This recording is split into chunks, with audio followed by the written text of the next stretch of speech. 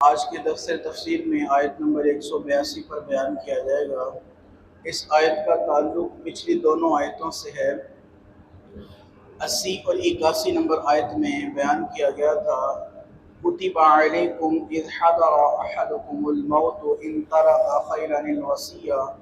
للوالدین والاقربین بالمعروف حقا علی المتقین۔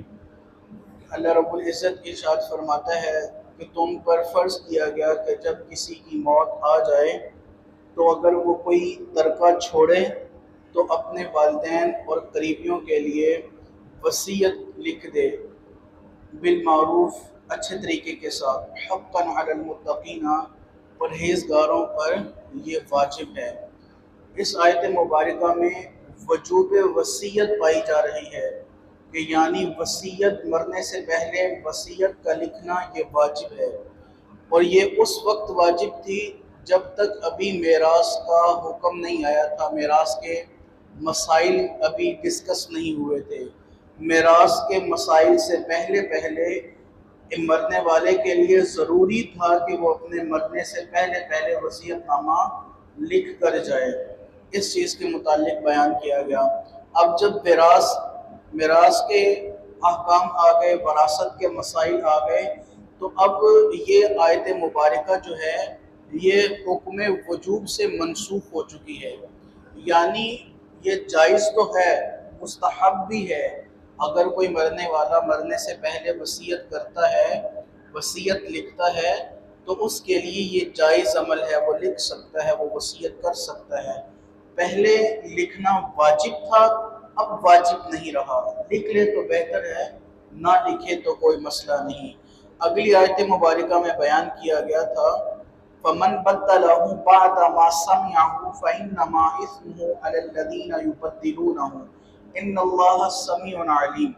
بس جو بدل دے وصیت کو سننے کے بعد، فَإِنَّمَا إِثْمُهُ عَلَى الَّذِينَ يُبَدِّلُونَهُ، تو بدلنے کا گناہ اس پر ہے جس نے اس کو سنا اور سننے کے بعد حق چھپایا۔ آگے اللہ ارشاد فرماتا ہے ان اللہ سمیع علیم، بے شک اللہ خوب سننے والا بھی ہے اور جاننے والا بھی ہے۔ یہاں پر کوئی مت یہ گمان کرے کہ کوئی دیکھ رہا ہے یا نہیں دیکھ رہا، کسی کو کیا معلوم، کسی کو معلوم ہو یا نہ ہو، وہ پروردگار عالم تو ہر بات سے جو ہے وہ واقف ہے۔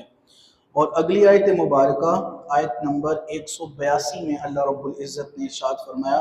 فَمَنْ خَافَ، پس جس کو خوف ہو، مِن مُوصٍ، جو وصیت کرنے والا ہے وصی سے، جنفن،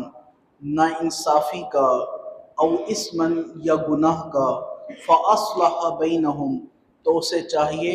کہ وہ صلح کروا دے بینہم، ان کے درمیان، فلا اثم علیہ، تو اس پر کسی قسم کا گناہ نہیں، ان اللہ غفور الرحیم، بے شک اللہ بڑا ہی بخشنے والا، رحم فرمانے والا ہے۔ اس آیت مبارکہ میں اللہ رب العزت نے ایک حکم ارشاد فرمایا ہے۔ پچھلی آیت مبارکہ میں بتایا گیا تھا کہ جو وصیت کو بدل دے سننے کے بعد، فرمایا اس کو اس کا گناہ ملے گا۔ اس آیت مبارکہ میں یہ بیان کیا جا رہا ہے کہ جب کوئی وصیت کر رہا ہے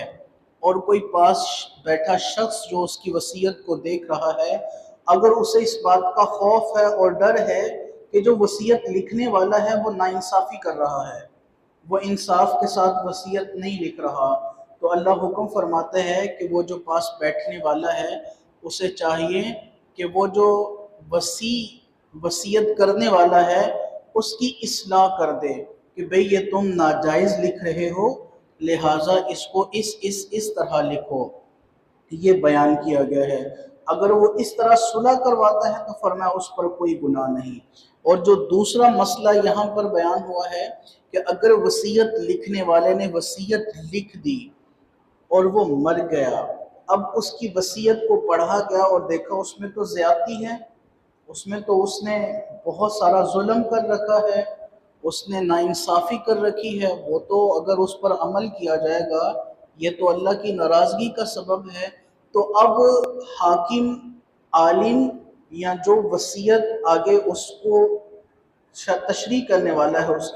اس کو اجازت ہے اللہ کی طرف سے وہ جس کے بارے میں وصیت کی ہے اس نے اور جو اس کے باقی وارثین ہیں ان کو آپس میں بٹھا کر معاملہ طے کر دے، صلح کروا دے اور کسی ایک متفق فیصلے پر ان کو جمع کر لے، تو فرمایا فلا اثم علی، تو یہ کام کرنے پر اسے کسی قسم کا گناہ نہیں ہے۔ ان اللہ غفور الرحیم، بے شک اللہ بڑا ہی بخشنے والا اور رحم فرمانے والا ہے۔ بلکہ صاحب تفسیر نے لکھا ہے اگر کوئی یہ فرائض سر انجام دیتا ہے تو اللہ کریم اس کو ثواب عطا فرمائے گا، اس کو نیکیاں عطا فرمائے گا۔ میں یہاں پر ایک بات تھوڑی سی کوڈ کرنا چاہوں گا، جب ہمارے ہاں کوئی معاملہ ہو رہا ہوتا ہے تو ہم یہ بات کہہ کر اپنا سر جھٹک لیتے ہیں سانوں کی ਸਾਡਾ ਇਹਦੇ ਵਿੱਚ ਕੀ ਰੋਲਾ ਸਾਡਾ ਇਹਦੇ ਵਿੱਚ ਕੀ ਮਸਲਾ ਇਹ ਕਿਹੜਾ ਕੋਈ ਸਾਡਾ